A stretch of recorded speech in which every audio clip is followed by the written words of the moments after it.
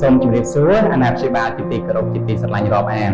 ខ្ញុំបាទឈ្មោះកតុយបន្តិតជាគ្រូអប់រំពិសេសនៃសាលាក្តីសង្ឃឹមកុមារសាខាខេត្តរតនគិរីចំពោះបទពិសោធន៍កាលអូនចូលរៀនដំបូងខ្ញុំមានការពិបាកនៅក្នុងការទំនាក់ទំនងជាមួយគេដោយសារតែគេពុំទាន់ចេះនិយាយប្រាប់ឬបង្ហាញពីអ្វីដែលគេចង់បានមកកាន់ខ្ញុំហើយមួយវិញទៀតកុមារមានភាពពិបាកនៅក្នុងការសម្របខ្លួននៅទីតាំងថ្មីហើយគេក៏លេចចេញនៅអាកប្បកិរិយាដូចជា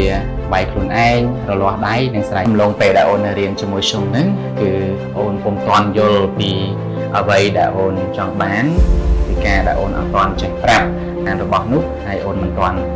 អាចបង្ហាញបានយុទ្ធសាស្ត្រដែលខ្ញុំបានប្រើជាមួយអូនកន្លងមកមានដូចជាទី1គឺការបំបែកកិច្ចការតិចតួច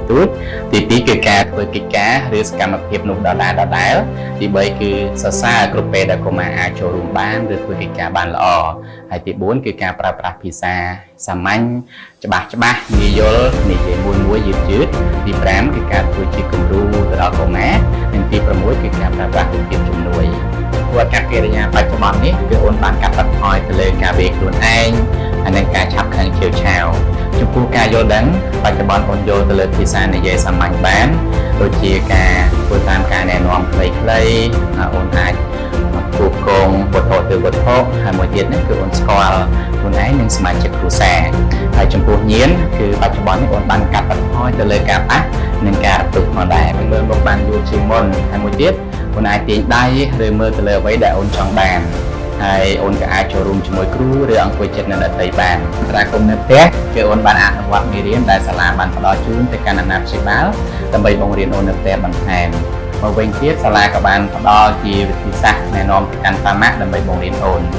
ហើយអ្វីដែលយើងទទួលបាននោះគឺអូនបានរីកចម្រើនល្អដោយសារតែមានការចូលរួមពីអាណាព្យាបាលក្នុងនាមខ្ញុំជាគ្រូអប់រំកុមារដែលមានតម្រូវការពិសេសខ្ញុំសូមផ្ញើសារទៅកាន់អាណាព្យាបាលទូទាំងប្រទេសកម្ពុជានិងក្រៅប្រទេសថាទី1ប្រសិនបើមានកូនឬជួបកុមារដែលមានបញ្ហាស្ដីនឹងគុណសិស្សរបស់ខ្ញុំសូមអាណាព្យាបាលស្វែងរកអ្នកជំនាញដើម្បីជួយកុមារឲ្យទាន់ពេលវេលាទី2សូមអាណាព្យាបាលទទួលស្គាល់និងយល់អំពីបញ្ហារបស់កូនហើយទី3សូមកុំមានការរើសអើងចំពោះកុមារដែលមានតម្រូវការពិសេសហើយទី4សូមអាណាព្យាបាលចូលរួមទៅលើផែនការបង្រៀនកុមារនៅផ្ទះបន្ថែម